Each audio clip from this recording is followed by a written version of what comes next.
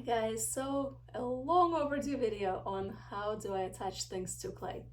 Um, Quick answer is right away. That's how.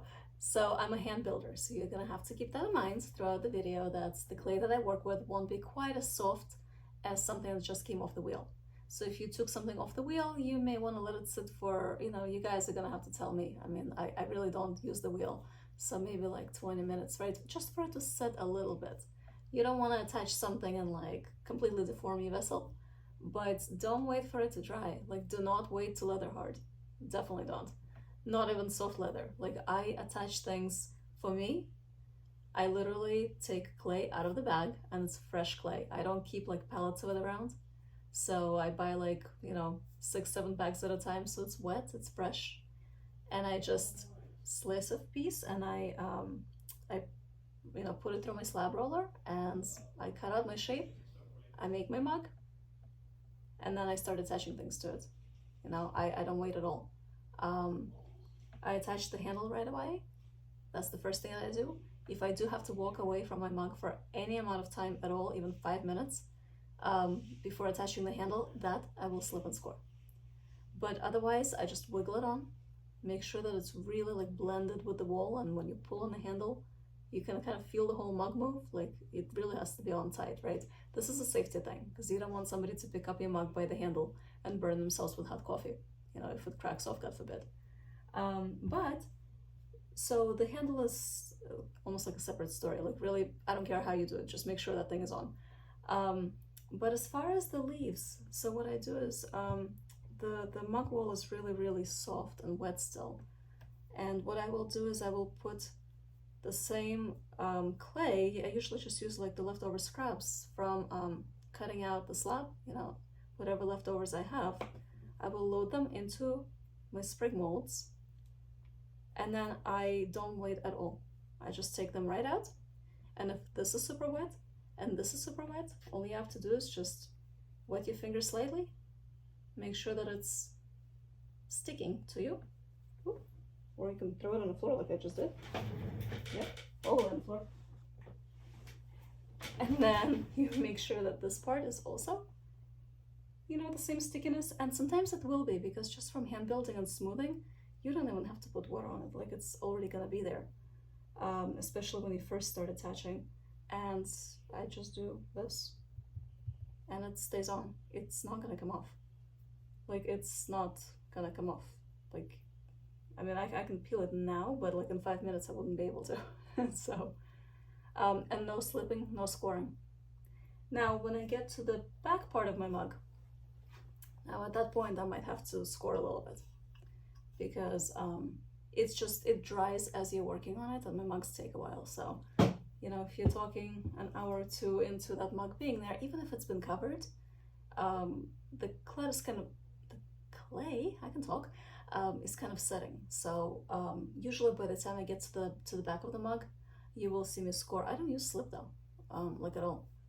So what I do is I use a scoring tool and I dip it in water, and I just score the mug wall, and I will make slip right here. I mean, water plus clay, that's all you need. I don't need separate slip. I just make slip out of the wall of my mug or plate or whatever. So I guess I'm making slip on site. But I'll score that, and then I'll attach my whatever to it. And these guys, because you're putting fresh clay in and taking it out, I don't think ever score these guys. And you just put it on, and again you just kind of wiggle it just a tiny bit, just make sure that it's on, and it's good to go. Next. So that's pretty much it. So when do I ever slip and score is if I had to walk away. Like, if I made the mug and I had to walk away. Now I had to make dinner or whatever.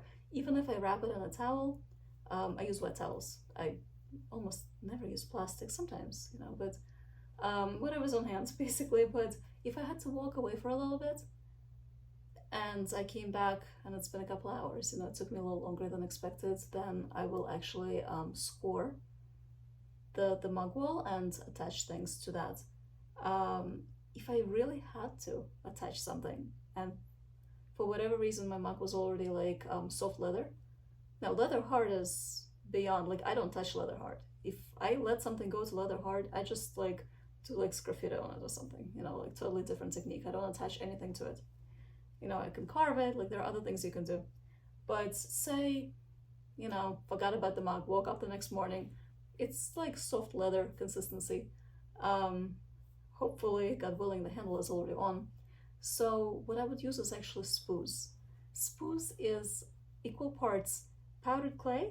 Um, I just crush it. Like I take my scraps of dried clay and I just crush it into powder, wear a mask.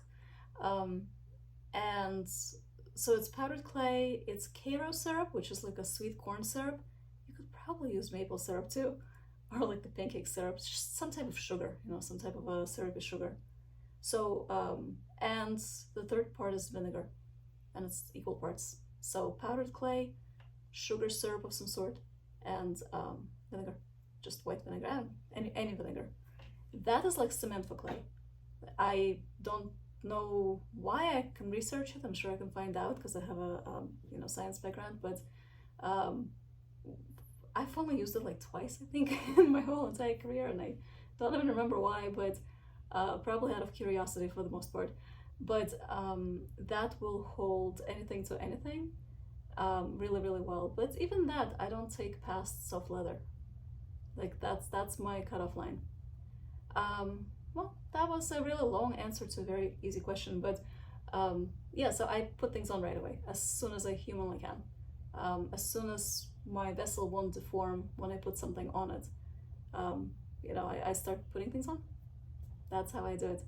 The comments will be on for this video. I apologize when the comments are not on. That means that it's an educational video for my students that are the minors. So their schools will sometimes require me to make the YouTube video as for kids only. When I do that, it shuts down the comments automatically. I have no control over it. So I do apologize for that. This video, you should be able to comment and ask any questions that you have, and I'll answer them as soon as I can. Thank you so much and have a great day. Bye.